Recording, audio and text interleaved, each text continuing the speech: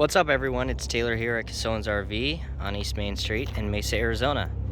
To my right, we have some diesel pushers, and to the left, we have some gas coaches. The topic of discussion for you guys is, which one should you buy? I have a lot of customers come in not knowing which one is going to work best for them and their situation. The answer is to the question of which is better is essentially the diesel pusher is better, but that's also comes with double the price.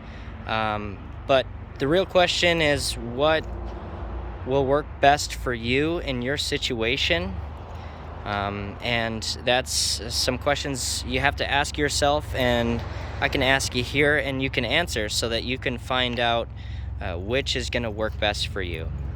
The first question is the most important question, and being, what is the use you're trying to get out of your RV? If you are camping, if you are just starting to RV, some people will tell you to jump up right to a diesel. If you can get a gas coach at a great price and you're planning on camping a few times a year, and maybe even 10 15 times a year on the weekends, you're traveling in the state that you're in, and you don't need to tow anything extremely heavy, then getting a gas coach might be the way to go. And some people will tell you, hey, just make the leap because you're going to want a diesel anyways. There might be some truth to that if you end up loving it and loving RVing, and that's great. But at the same time, you have to have that time, because if you purchase something, of course, just beyond what you're ready for or used to, then it might just sit in your driveway like some RVs do, and they don't get used, and you thought you were going to use it, but you just don't have the time for it. Running into the next question is being time. How much time do you have? If you are working constantly or have family, you might be wanting to look at a Class A gas, because this is something that, again, it's gonna cost you half as much to purchase one, and then you can use it as you please. There's not gonna be as high of a cost in maintenance, generally speaking. Of course, this is depending that you get a high quality, a good quality used RV or new RV, whatever it is that you're choosing. So what about a diesel? Going into our third question, why, when would it be a good time for me to buy a diesel versus buying a gas? Well, generally, again, this is going against the other questions. If you have more time on your hands, if you are traveling the United States for 6 months to a year at a time, you know that you're going to be using your RV more frequently. You've RV'd before. You know exactly what you're getting into and exactly what you want.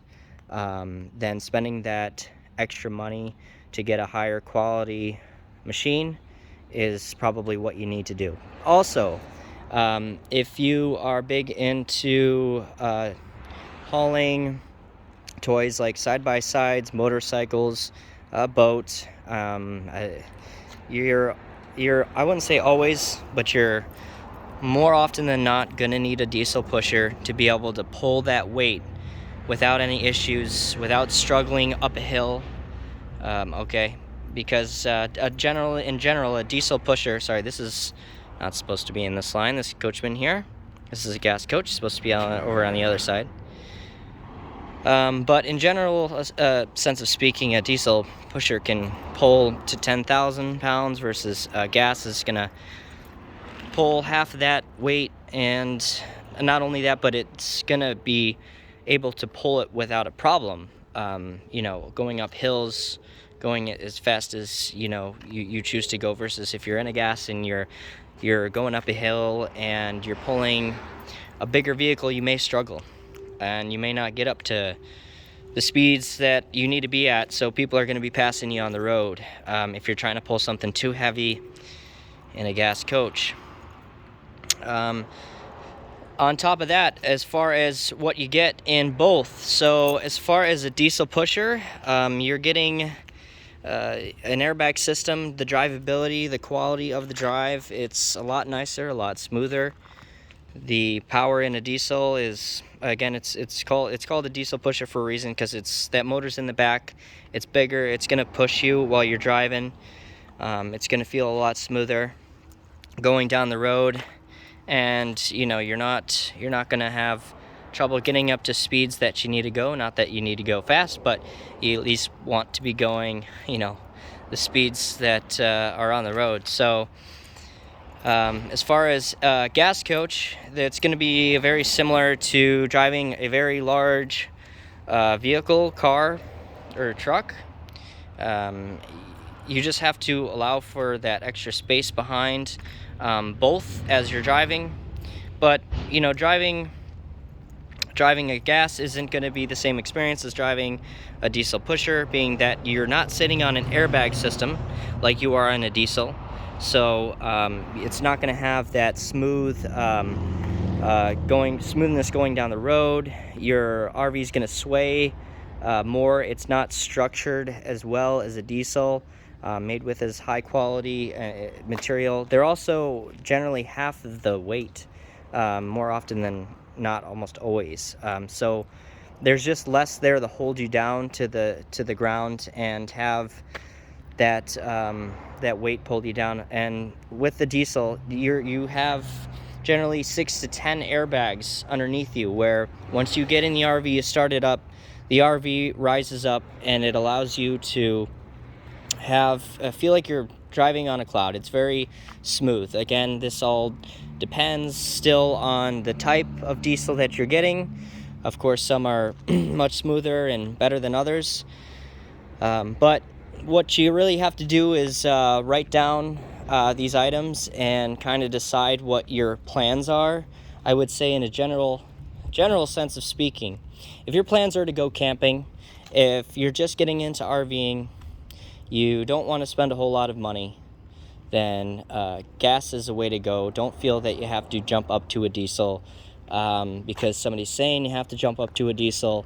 You can always get a great deal on a gas motorhome, and you know, start exploring if you really like RVs, and then move on to a diesel pusher.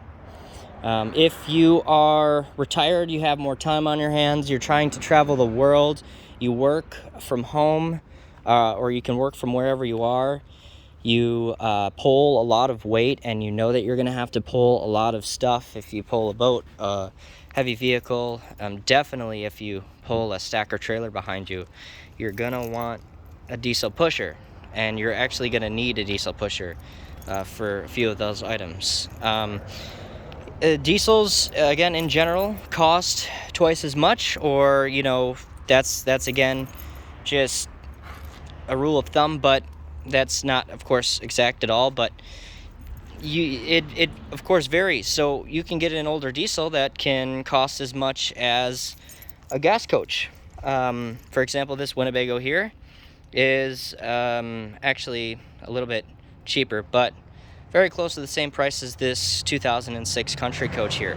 The Country Coach, being that it's a ISL 450 Cummins motor in there, can basically pull, for the most part, what you're looking to pull. It has more miles, but it has 4 slides. You know, this gas coach is a little bit shorter. It's a Ford, on a Ford V10, and it can definitely haul what you know, a vehicle with you, but this is going to get up to speeds. It's going to last 500,000 miles and beyond that. This is a very high-end and rig. Winnebago makes a great coach. They make a great gas coach, but really, at the end of the day, this RV over here might last even longer than this 2006, might even last even longer than this 2015 through time. So it just depends on your plans and what you try to do, but these are definitely some things to think about. As always, if you guys like the video, please leave a like.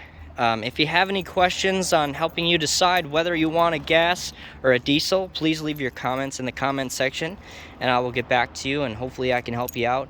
If you have any questions you want to reach me directly with, you can email the email left in the description and send me a message there. As always, thanks for watching.